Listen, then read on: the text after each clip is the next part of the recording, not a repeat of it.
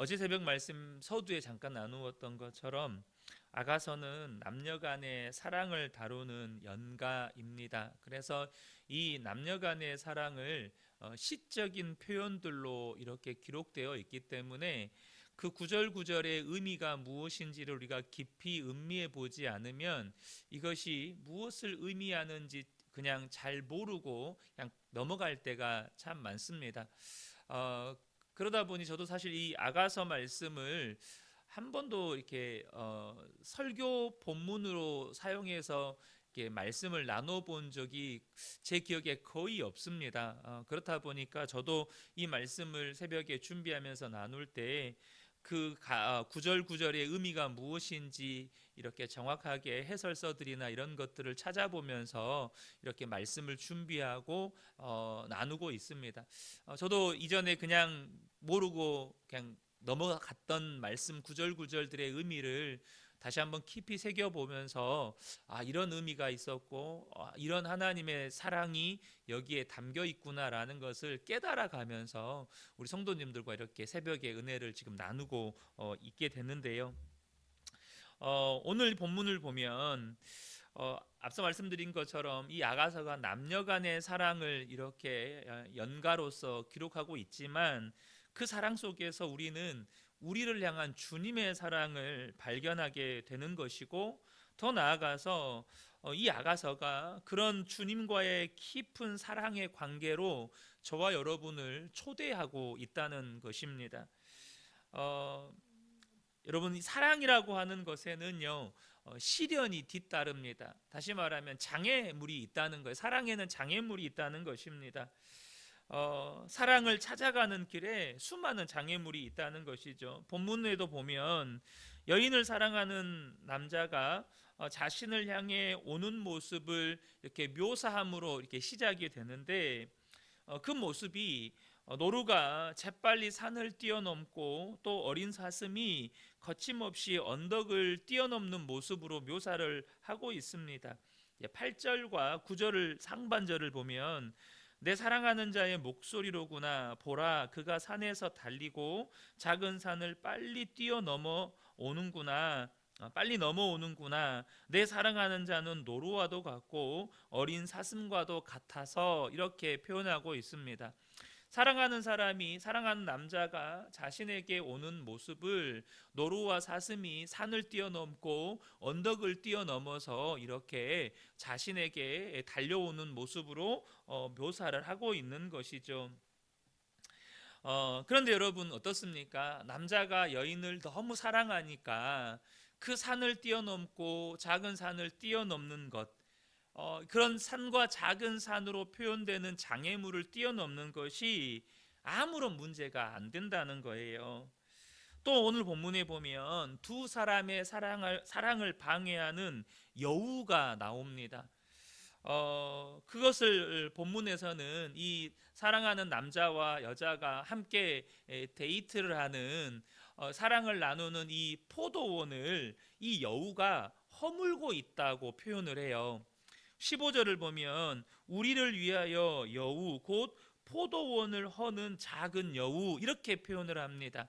그러니까 이 남자와 여자의 사랑을 방해하는 여우라는 존재가 이 포도원을 막 망치고 있다는 거죠. 두 사람이 함께 사랑을 속삭이고 소위 말해서 데이트를 하는 그 장소를 막 허문다는 거예요. 먼저 여기서 우리는 우리를 향한 주님의 사랑을 발견하게 됩니다. 우리를 사랑하신 주님이 우리를 찾아오실 때 수많은 장애물들을 극복하셨습니다. 우리를 죄와 사망에서 구원하시기 위해서 수많은 사람들의 조롱과 모욕, 그로 인해서 감당해야 되는 그 수치를 주님은 다 참으셨습니다. 또 무엇보다도 십자가의 그 모진 고통을 우리 주님이 다 감내하셨다는 거예요. 그래서 우리를 너무나도 사랑하기 때문에 주님께는 그 장애물이 문제가 되지 않았습니다. 그 모든 장애물들을 뛰어넘으셨어요. 사도 바울은 그런 하나님의 사랑을 끊을 수 없는 사랑이라고 표현을 합니다. 로마서 8장 38절 39절을 보면 내가 확신하노니 사망이나 생명이나 천사들이나 권세자들이나 현재 일이나 장래 일이나 능력이나 높음이나 깊음이나 다른 어떤 피조물이라도 우리를 우리 주 그리스도 예수 안에 있는 하나님의 사랑에서 끊을 수 없으리라. 그러니까 하나님이 우리에게 찾아오실 때, 예수님이 우리에게 찾아오실 때 너무나도 많은 장애물들이 있는데 우리를 사랑하는 그 사랑이 더 크니까 장애물이 아무런 문제가 되지 않았다는 것이죠. 또 하나 살펴볼 것은 두 사람의 사랑을 방해하는 여우가 있었던 것처럼 우리의 삶에 주님과 우리의 사랑을 방해하는 여우가 있다는 것입니다. 주님과 우리의 사랑을 허무는 여우, 도대체 뭘까요?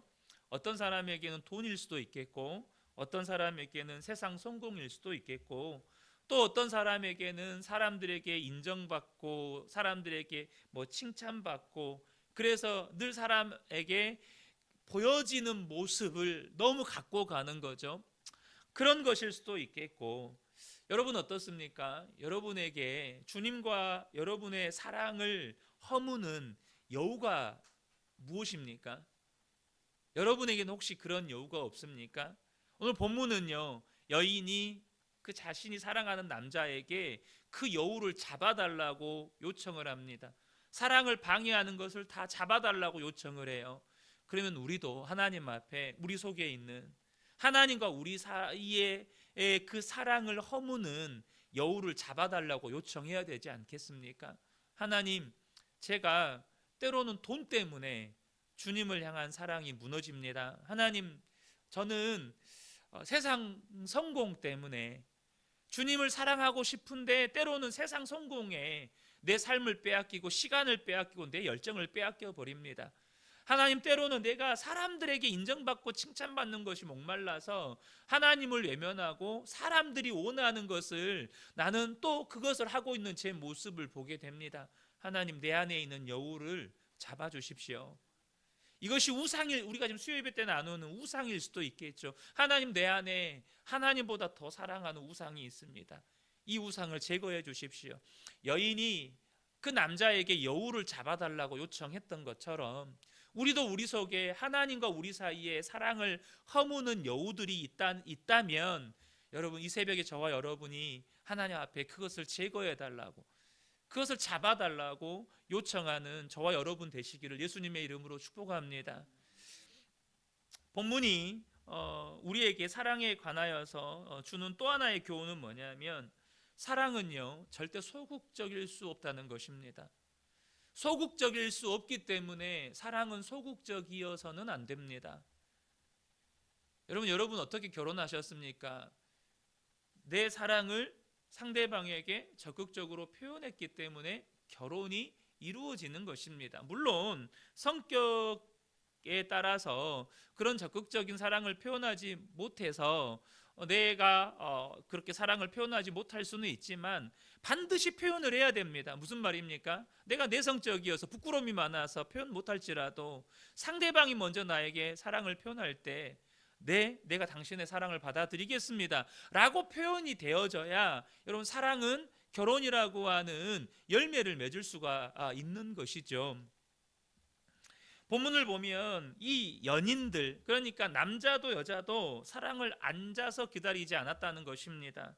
둘 다 적극적으로 사랑을 추구했습니다. 남자는 그 모든 장애물들을 뛰어넘어서 여인에게 찾아와서 여인을 불렀고, 여인은 그 남자의 부름에 응했고, 또 심지어 그 사랑을 방해하는 여우를 잡아달라고 남자에게 요청까지 합니다.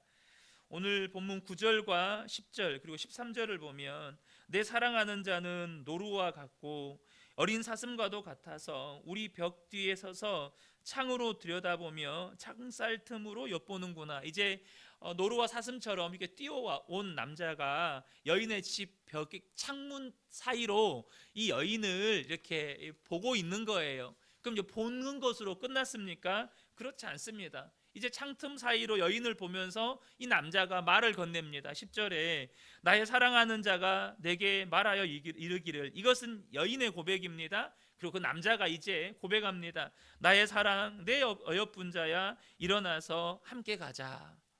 그 남자가 창틈으로 여인을 엿보다가 이렇게 고백하는 거예요. 13절에도 보면 무화과 나무에는 푸른 열매가 익었고 포도나무는 꽃을 피워 향기를 토하는구나. 무슨 말이죠? 야, 지금 데이트하기 너무 좋은 시절이다. 지금 사방에 꽃이 피었지 않냐. 그러니까 나의 사랑, 나의 어여쁜 자야, 일어나서 그 모든 것을 우리가 함께 즐기자, 함께 누리자, 나랑 함께 가서 데이트하자. 지금 이렇게 이 남자가 여인에게 적극적으로 사랑을 고백하고 있다는 것입니다. 꽃이 피고 새가 울고 봄의 전령사인 비둘기가 짝을 찾아 우짖는 소리 가득한 곳으로, 무화과 푼열매가 맺히고 포도나무 꽃을 피워 향기 진동하는 곳으로 함께 가자는 겁니다. 사랑하는 성도 여러분, 하나님이 우리를 이렇게 사랑하셨습니다. 이렇게 적극적으로 사랑하셨습니다. 자신의 독생자까지 십자가에 아낌없이 내어주실 정도로 우리를 사랑하셨습니다. 지금도 그 사랑을 우리에게 부어주십니다. 잃어버린 한 영혼을 찾아낼 때까지 찾아내시고 우리가 마음 열 때까지 우리의 마음을 두드리십니다. 그래서 하나님의 사랑에는 포기가 없고 포기가 없기 때문에 실패도 없습니다. 이렇게 적극적으로 하나님이 우리를 사랑하셨습니다. 그래서 여러분, 적극적으로 남자가 한 여자를 사랑한다면 그가 원하는 건 뭘까요? 그 사랑에 반응해 주기를 원하는 거예요. 그 사랑을 받아주고 그 사랑에 반응해 주기를 원하는 거예요. 마찬가지로 하나님이 우리를 그렇게 적극적으로 사랑하셨기 때문에 우리가 그 하나님의 사랑에 반응하기를 원하신다는 것입니다. 우리도 주님을 그렇게 적극적으로 사랑하기를 원하신다는 거예요. 주님과의 그 사랑의 관계를 이제는 온전히 누리기를 원하신다는 것입니다. 그래서 16절, 17절 보면 내 사랑하는 자는 내게 속하였고 나는 그에게 속하였도다. 여인의 고백입니다. 여인도 그 남자를 너무너무 사랑하니까 그는 나에게 속하였고 나는 그에게 속하였도다. 그가 백합화 가운데에서 양떼를 먹이는구나. 내 사랑하는 자야, 날이 저물고 그림자가 사라지기 전에 돌아와서 베데르 산의 노루와 어린 사슴 같을지라. 사실 여러분, 저 역시도 예수님을 인격적으로 만나기 전까지는 하나님이 나를 사랑하신다는 것을 실제적으로 경험하기 전까지는 하나님을 사랑한다, 이런 말이 어떤 의미인지도 잘 알지 못했고 그것을 공감하지도 못했습니다. 그러니까 하나님을 사랑한다고 고백하는 어떤 이렇게 목사님이라든지 어떤 사역자분들의 이야기를 들으면 저게 뭔 말인고 이런 느낌이었어요. 하나님을 사랑한다는 것이 잘 이해도 안 되고 공감도 안 되는 거예요. 왜냐하면 내가 하나님을 사랑하지 않으니까. 그냥 이제 엄마가 교회 가라고 하니까 교회를 가는 거였고, 주로 여름 성경학교, 겨울 성경학교 하면 성경학교에서 주는 선물이 좋아서 교회를 나가는 거였고, 이런 정도였죠. 그러니까 목사님들이나 전도사님이나 혹은 주일학교 선생님이 하나님을 사랑한다라는 말씀을 하시면 이게 잘 이해가 안 되는 거예요. 그래서 또 은혜 받고 눈물 흘린다, 이거 역시 이해가 안 되는 거죠. 그런데 그런 저에게 주님이 찾아오셨고 제 마음의 문을 두드리셨습니다. 언제까지요? 제가 그 사랑을 깨달을 때까지, 그 사랑을 받아들일 때까지 제 마음을 두드리셨습니다. 어느 순간 그 사랑이 믿어지는 거예요. 어느 순간 그 사랑이 깨달아지는 거예요. 나도 그 사랑 때문에 감격해서 막 눈물을 흘리고 있는 거예요. 그리고 제 입에서도 하나님을 사랑한다고 고백하고 있는 거예요. 여러분, 그래서 저가 그 사랑을 알고 나서 이제는 주님을 위해 살고 싶어지고 주님 뜻대로 살고 싶어지는 것이죠. 중요한 것은 여러분, 주님이 우리를 그렇게 적극적으로 사랑하신 것처럼 우리도 주님을 그렇게 적극적으로 사랑하기를 원하신다는 것입니다. 마태복음 22장 37절을 보면 예수께서 이르시되 내 마음을 다하고 목숨을 다하고 뜻을 다하여 주 너의 하나님을 사랑하라. 이렇게 우리에게 말씀하십니다. 마가복음과 누가복음을 보면 마음 다하고 목숨 다하고 뜻을 다하여 거기에다가 힘을 다하여라는 말씀을 덧붙이고 있습니다. 주님은 우리가 그렇게 주님을 사랑하기를 원하십니다. 왜 그렇게 적극적으로 하나님을 사랑하기를 원하실까요? 앞서 나눈 것처럼 주님이 우리를 사랑해서 우리에게 찾아오실 때까지 장애물이 있었던 것처럼 우리가 주님을 사랑하는데도 여우가 있습니다. 장애물이 있다는 거예요. 주님을 사랑하는데 여우가 자꾸 회방을 놔요. 그래서 여러분, 주님은요, 대충 사랑해서는 사랑이 안 됩니다. 주님을 적당히 사랑해서는 사랑이 안 돼요. 여러분, 적당히 사랑하는 그 사랑은요, 여우가 다 무너뜨립니다. 그 여우가 회방 놓는 것을 뛰어넘으려면, 여우가 회방 놓는 것을 뛰어넘어서 주님을 사랑하려면 여러분, 마음 다해 힘 다해 뜻 다해 목숨 다해 주님을 사랑해야 됩니다. 그래야 여우의 회방을 여러분 뛰어넘을 수가 있는 거예요. 그리고 비로소 그때 주님과의 사랑을 온전히 누리게 되는 것입니다. 오늘 본문에도 여인이 고백하죠. 내 사랑하는 자는 내게 속하였고 나는 그에게 속하였도다. 여러분, 어디서 많이 본 고백 같지 않습니까? 많이 본 구절 같지 않습니까? 이것을 그대로 신약으로 바꿔 보면 그리스도께서 내 안에, 내가 그리스도 안에 라는 뜻입니다. 우리가 정말로 마음 다해 뜻을 다해 힘을 다해 목숨을 다해 주님을 사랑할 때 주님이 내 안에 거하시고 내가 주님 안에 거하는 은혜를 온전히 누리게 되고 바로 그 사람에게서 열매가 풍성하게 맺어지는 여러분 은혜를 누리게 되는 것입니다. 사랑하는 성도 여러분, 하나님을 적극적으로 사랑하십시오. 날마다 하나님을 사랑한다고 고백하시고 여러분, 적극적으로 하나님의 말씀 따라 순종하며 살아가시고, 그래서 우리의 삶에 주님이 맺게 하시는 풍성한 열매를 저와 여러분이 누리는 그런 축복된 삶을 살아가시기를 예수님의 이름으로 축복합니다. 아멘.